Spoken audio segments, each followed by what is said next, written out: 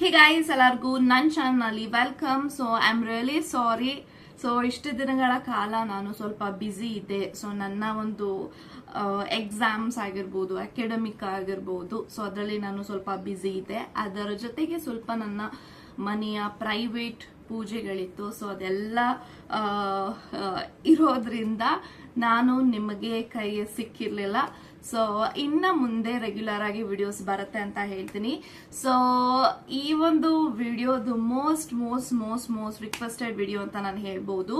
So that is, ನಿಮ್ಮ ಮಾಜಿ ಪ್ರೇಮಿ ನಿಮ್ಮನ್ನ ಮಿಸ್ ಮಾಡ್ಕೋತಾ ಇದಾರ, ನಿಮ್ ಬಗ್ಗೆ ಯೋಚನೆ ಮಾಡ್ತಿರ್ತಾರ, ನಿಮ್ ಬಗ್ಗೆ ಥಿಂಕ್ ಮಾಡ್ತಿರ್ತಾರ ಅನ್ನೋದ್ರ ಬಗ್ಗೆ ಇರುತ್ತೆ. ಸೊ ಈ ಒಂದು ವಿಡಿಯೋನ ಫುಲ್ ನೋಡಿ ಅಂತ ಹೇಳ್ತೀನಿ. ಅಂಡ್ ಈ ಒಂದು ಪರ್ಸನಲ್ ರೀಡಿಂಗ್ ನ ಬುಕ್ ಮಾಡ್ಕೋಬೇಕು ಅಂತ ನಿಮ್ಗೆ ಇಂಟ್ರೆಸ್ಟ್ ಇದ್ರೆ ಖಂಡಿತವಾಗ್ಲೂ ನೀವು ನಂಗೆ ಕಾಲ್ ನಾನು ರಿಸೀವ್ ಮಾಡಿಲ್ಲ ಅಂತ ಅಂದ್ರೆ ದಯವಿಟ್ಟು ಮೆಸೇಜ್ ಮಾಡಿ ಅಂತ ನಾನು ಹೇಳ್ತೀನಿ. ಯಾಕೆ ಅಂತ ಹೇಳಿದ್ರೆ, ಸೊ ಫಾರ್ ಎಕ್ಸಾಂಪಲ್ ನಾನು ಎಲ್ಲೊಂದ್ ಕಡೆ ನಾನು ಕ್ಲಿನಿಕ್ ಅಲ್ಲಿ ಇದ್ದಾಗ ಪೇಷಂಟ್ಸ್ ಇರ್ತಾರೆ, ಅವ್ರ ಮುಂದೆ ನಾನು ಕಾಲ್ ರಿಸೀವ್ ಮಾಡಿ ಮಾತಾಡೋದಿಕ್ಕಾಗೋದಿಲ್ಲ. ಸೊ ನಾನು ಕಾಲ್ ರಿಸೀವ್ ಮಾಡಿಲ್ಲ ಅಂತ ಅಂದ್ರೆ ದಯವಿಟ್ಟು ಮೆಸೇಜ್ ಮಾಡಿ ವಾಟ್ಸ್ಆಪ್ ಅಲ್ಲಿ. ಖಂಡಿತವಾಗ್ಲೂ ನಿಮ್ಗೆ ನನ್ನ ಟೀಮ್ ಕಡೆಯಿಂದ ನಿಮ್ಗೆ ರಿಪ್ಲೈಸ್ ಬರುತ್ತೆ. ಸೊ ಪರ್ಸನಲ್ ರೀಡಿಂಗ್ ನ ಬುಕ್ ಮಾಡ್ಕೋಬಹುದು. ಸೊ ಇವತ್ತಿನ ದಿನದಿಂದ ಪರ್ಸನಲ್ ರೀಡಿಂಗು ಕೂಡ ಅವೈಲಬಲ್ ಇರುತ್ತೆ. ಮತ್ತೆ ಟ್ಯಾರೋ ಕೋರ್ಸ್ ಯಾರಿಗೆಲ್ಲ ಇಂಟ್ರೆಸ್ಟ್ ಇದೆ ಜಾಯಿನ್ ಆಗೋದಕ್ಕೆ, ಜಸ್ಟ್ 2000 ರುಪೀಸ್ಗೆ ಹೇಳ್ಕೊಡ್ತಾ ಇದೀವಿ. ಇಂಟ್ರೆಸ್ಟ್ ಇದ್ರೆ ಎನ್ರೋಲ್ ಮಾಡ್ಕೊಳ್ಳಿ ಅಂತ ಹೇಳ್ತಾ, ಸೊ ಇವಾಗ ನಿಮ್ಮ ಮಾಜಿ ಪ್ರೇಮಿ ನಿಮ್ಮ ಬಗ್ಗೆ ಯೋಚನೆ ಮಾಡ್ತಿದಾರಾ, ಅದರ ಜೊತೆಗೆ ಅವರು ನಿಮ್ಮನ್ನ ಈಗಲೂ ಕೂಡ ಇಷ್ಟ ಪಡ್ತಿದಾರಾ ಅನ್ನೋದ್ರ ಬಗ್ಗೆ ಈ ಒಂದು ವಿಡಿಯೋ ಇರುತ್ತೆ. ಸೊ ದಯವಿಟ್ಟು ಫುಲ್ ನೋಡಿ ಅಂತ ಹೇಳ್ತಾ ಇವಾಗ ವಿಡಿಯೋನ ಸ್ಟಾರ್ಟ್ ಮಾಡೋಣ. ಓಕೆ ಗೈಸ್, ಇವಾಗ ನೋಡೋಣ ನಿಮ್ಮ ಮಾಜಿ ಪ್ರೇಮಿ ನಿಮ್ಮನ್ನ ಈಗಲೂ ಇಷ್ಟಪಡ್ತಿದಾರಾ, ಪ್ರೀತಿಸ್ತಾ ಇದಾರಾ, ಅಂಡ್ ನಿಮ್ಮನ್ನ ನೆನ್ಸ್ಕೋತಾ ಇದಾರಾ, ಅಂಡ್ ನಿಮ್ಮ ಬಗ್ಗೆ ಯೋಚನೆ ಮಾಡ್ತಿದಾರಾ ಅನ್ನೋದ್ರ ಬಗ್ಗೆ ಇವಾಗ ತಿಳ್ಕೊಳ್ಳೋಣ. Let's begin. ಓಕೆ,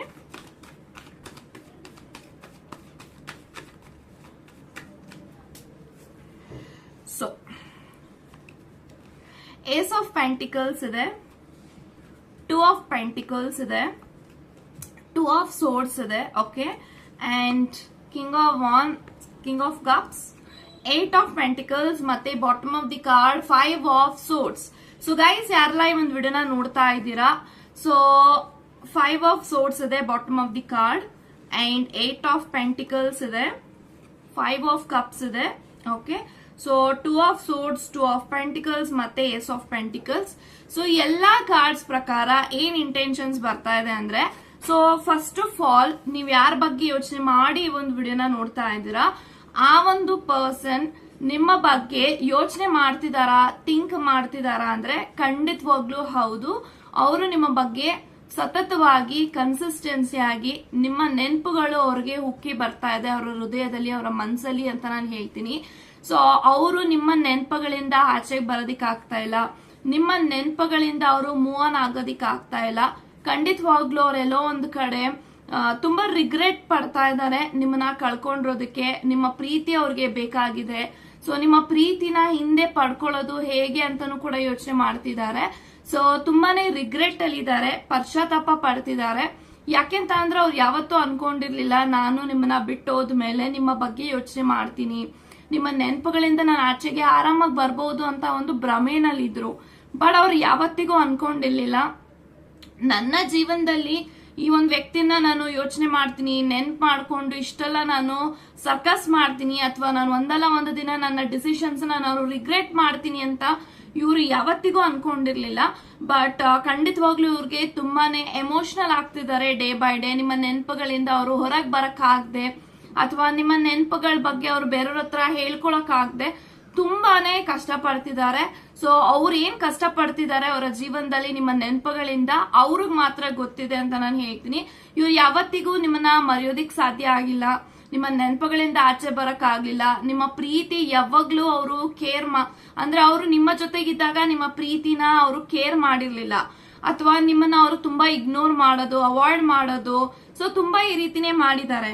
ಬಟ್ ಅವ್ರಿಗೊಂದು ಹ್ಯೂಜ್ ರಿಯಲೈಸೇಷನ್ ಆಗಿದೆ, ನನ್ನ ಜೀವನದಲ್ಲಿ ಇವ್ರನ್ನ ಯಾವತ್ತಿಗೂ ಹಿಂದೆ ಪಡ್ಕೊಳ್ಳೋದಿಕ್ ಆಗೋದಿಲ್ಲ, ಇವರ ಪ್ರೀತಿನ ನಾನು ಬೇರೆಯವರಿಂದ ಪಡ್ಕೊಳ್ಳೋದಿಕ್ಕಾಗೋದಿಲ್ಲ. ಯು ಆರ್ ವೆರಿ ಇರ್ರಿಪ್ಲೇಸಬಲ್ ಅನ್ನೋದು ಅವ್ರಿಗೆ ತುಂಬಾನೇ ಯೋಚನೆಗಳು ಬರ್ತಾ ಇದೆ. ಸೊ ಖಂಡಿತವಾಗ್ಲೂ ಇವರು ನಿಮ್ಮನ್ನ ತುಂಬಾನೇ ಮಿಸ್ ಮಾಡ್ಕೋತಿದ್ದಾರೆ. ಈಗ್ಲೂ ಕೂಡ ಅವ್ರಿಗೆ ನಿಮ್ಮ ಮೇಲೆ ಭಾವನೆಗಳಿದ್ಯಾ, ಪ್ರೀತಿ ಇದೆಯಾ ಅಂತ ನೀವು ನೋಡಿದ್ರೆ ಖಂಡಿತವಾಗ್ಲೂ ಇದೆ ಅಂತ ಹೇಳ್ತೀನಿ. ಕಿಂಗ್ ಆಫ್ ಕಪ್ಸ್ ಇದೆ, 8 ಆಫ್ ಪೆಂಟಿಕಲ್ಸ್ ಇದೆ. ಖಂಡಿತವಾಗ್ಲೂ ಅವ್ರಿಗೆ ನಿಮ್ಮ ಮೇಲೆ ಭಾವನೆಗಳಿದೆ. ಆ ಭಾವನೆಗಳು ಯಾವತ್ತಿಗೂ ಅಳ್ಸಕ್ಕಾಗಲ್ಲ. ಯಾಕಂತಂದ್ರೆ ನೋಡಿ, ಆ ಸಮಯದಲ್ಲಿ ಅವ್ರಿಗೆ ಏನ್ ಅನ್ಸುತ್ತೋ ಏನೋ, ಅಥವಾ ಬೇರೆಯವ್ರ ಮಾತನ್ನ ಕೇಳ್ಕೊಂಡು ಅಥವಾ ಒಂದು ಕೋಪದಲ್ಲಿ ನಿರ್ಧಾರ ತಗೋತಾರೆ ನಂಗೆ ನೀನ್ ಬೇಡ ಅಂತ. ಬಟ್ ಅದು ಹೋಗ್ತಾ ಹೋಗ್ತಾ ಹೆಂಗ್ ಆಗ್ಬಿಡುತ್ತೆ ಅಂತ ಅಂದ್ರೆ, ಸೊ ಬ್ರೇಕಪ್ ಆದ್ಮೇಲೆ ಅವ್ರ ಬ್ರೇಕಪ್ ನ ಅಕ್ಸೆಪ್ಟೇ ಮಾಡ್ಕೊಳಕ್ ಆಗಲ್ಲ. ಸೊ ಅವಾಗ ಅವರು ಹಿಂದೆ ಬರೋದು, ಬೇರೆಯವ್ರ ಹತ್ರ ನಿಮ್ಮ ಬಗ್ಗೆ ಮಾತಾಡೋದೆಲ್ಲ ಮಾಡಿದಾಗ ಖಂಡಿತವಾಗ್ಲೂ ಅದು ಅವ್ರಿಗೆ ಹರ್ಟ್ ಆಗುತ್ತೆ. ಅಥವಾ ಬೇರೆಯವರು ನಿಮ್ಮ ಬಗ್ಗೆ ಮಾತಾಡ್ತಿರುವಾಗ ಅವ್ರಿಗೆ ತುಂಬಾನೇ ಬೇಜಾರಾಗುತ್ತೆ. ಸೊ ಇಂಥ ಒಳ್ಳೆ ವ್ಯಕ್ತಿ ಅವರು, ಎಂತ ಪರ್ಸನ್ ಅವರು, ಇಂಥ ವ್ಯಕ್ತಿನ ನಾನು ಬಿಟ್ಕೊಟ್ಬಿಟ್ನಲ್ಲ, ಗಿವ್ ಅಪ್ ಮಾಡ್ಬಿಟ್ನಲ್ಲ ಅನ್ನೋ ಒಂದು ಕೊರ ಖಂಡಿತವಾಗ್ಲೂ ಇದೆ. ಅಂಡ್ ಇವರು ಯಾರ ಹತ್ರನೂ ನಿಮ್ಮ ಬಗ್ಗೆ ಅವರು ಅಷ್ಟು ಮಾತಾಡೋದಿಲ್ಲ. ಯಾಕಂತ ಅಂದ್ರೆ ಇವಾಗ ಮಾತಾಡಿ ಏನು ಪ್ರಯೋಜನ ಇಲ್ಲ ಅನ್ನೋದು ಅವ್ರಿಗೆ ಗೊತ್ತಿದೆ.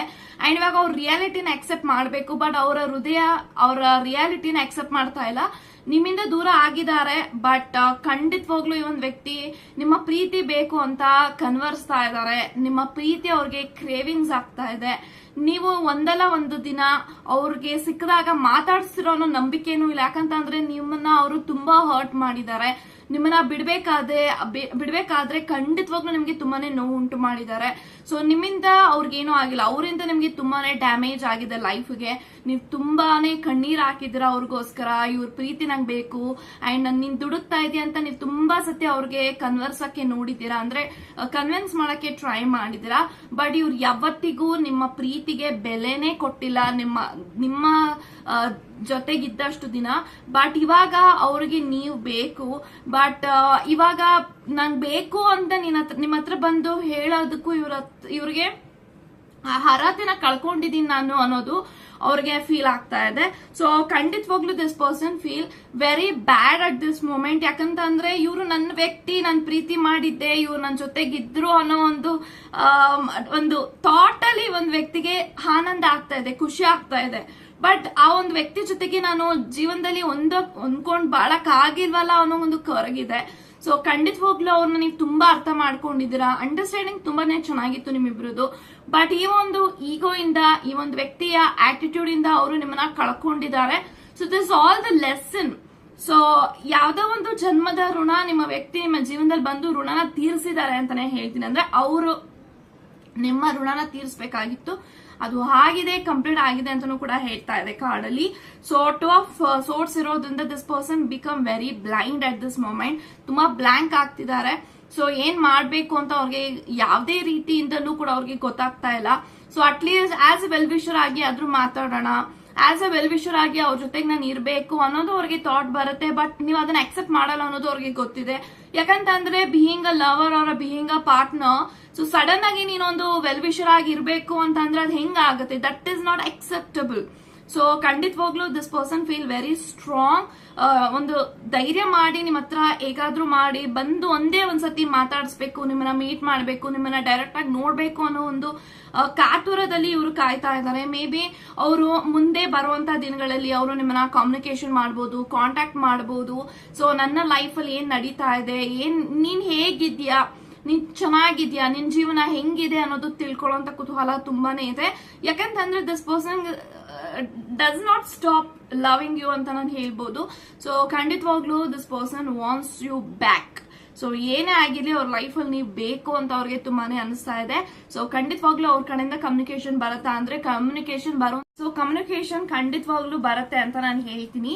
ಸೊ ಯಾವಾಗ ಕಮ್ಯುನಿಕೇಶನ್ ಬರ್ಬೋದು ಅಂತ ಅಂದ್ರೆ ನೋಡಿ, 8 ಆಫ್ ವಾಂಡ್ಸ್ ಇದೆ ಮತ್ತೆ ಏಸ್ ಆಫ್ ಪೆಂಟಿಕಲ್ಸ್ ಇದೆ. ಇವೆರಡು ಕಾರ್ಡ್ ಇರೋದ್ರಿಂದ so with in the next 1 month ಅಥವಾ 15 to 20 ಡೇಸ್ ಒಳಗಡೆ ಒಂದು ವ್ಯಕ್ತಿ ನಿಮ್ಮನ್ನ ಕಮ್ಯುನಿಕೇಶನ್ ಮಾಡ್ತಾರೆ, ಮೀಟ್ ಮಾಡಕ್ಕೆ ಟ್ರೈ ಮಾಡ್ತಾರೆ. ಸೊ ಥ್ರೂ ದೇರ್ ಫ್ರೆಂಡ್ಸ್ ಅಥವಾ ನಿಮ್ಮ ಫ್ರೆಂಡ್ಸ್ ಮುಖಾಂತರ ಅವರು ನಿಮಗೆ ರೀಚ್ ಔಟ್ ಆಗೋದಕ್ಕೆ ಪ್ರಯತ್ನ ಪಡ್ತಾರೆ. ಬಟ್ ಖಂಡಿತವಾಗ್ಲೂ ಅವರು ನಿಮ್ಮನ್ನ ನೋಡ್ಬೇಕು, ಮಾತಾಡಿಸ್ಬೇಕು, ಮೀಟ್ ಮಾಡ್ಬೇಕು ಅನ್ನೋ ಒಂದು ಕುತೂಹಲ ತುಂಬಾನೇ ಇದೆ ಅಂತ ನಾನು ಹೇಳ್ತೀನಿ. ಸೊ ಖಂಡಿತವಾಗ್ಲೂ ಇವರಿಗೆ ನಿಮ್ಮ ನೆನಪುಗಳಿಂದ ಆಚೆ ಬರೋದಕ್ಕೆ ಆಗ್ತಾ ಇಲ್ಲ. ಸೊ ನಾನು ಹೇಳ್ಬೋದು ನಾನು ತುಂಬಾ ಚೆನ್ನಾಗಿದ್ದೀನಿ ಅಂತ, ಬಟ್ ಅವರ ಲೈಫ್ ಅವ್ರು ಏನ್ ಬ್ಯಾಟಲ್ ನ ಫೇಸ್ ಮಾಡ್ತಿದ್ದಾರೆ ಅಂತ ಅವ್ರಿಗೆ ಮಾತ್ರ ಗೊತ್ತಿರತ್ತೆ ಅಂತ ಹೇಳ್ಬೋದು. ಸೊ ಇದಾಗಿತ್ತು ನಿಮ್ಮ ರೀಡಿಂಗ್. ಇಷ್ಟ ಇದ್ರೆ ಖಂಡಿತವಾಗ್ಲೂ ನನಗೆ ವಾಟ್ಸಪ್ ಮಾಡಿ ಅಂಡ್ ಕಮೆಂಟ್ ಮಾಡಿ ಕ್ಲೇಮ್ ದಿಸ್ ಎನರ್ಜಿ ಅಂತ, ಅಂಡ್ ಓಂ ಅಂತಾನು ಕೂಡ ನೀವು ಕ್ಲೇಮ್ ಮಾಡಬಹುದು ಎನರ್ಜಿ ಅಂತ ನಾನು ಹೇಳ್ತಾ, ಗಾಡ್ ಬ್ಲೆಸ್ ಯು ಗೈಸ್.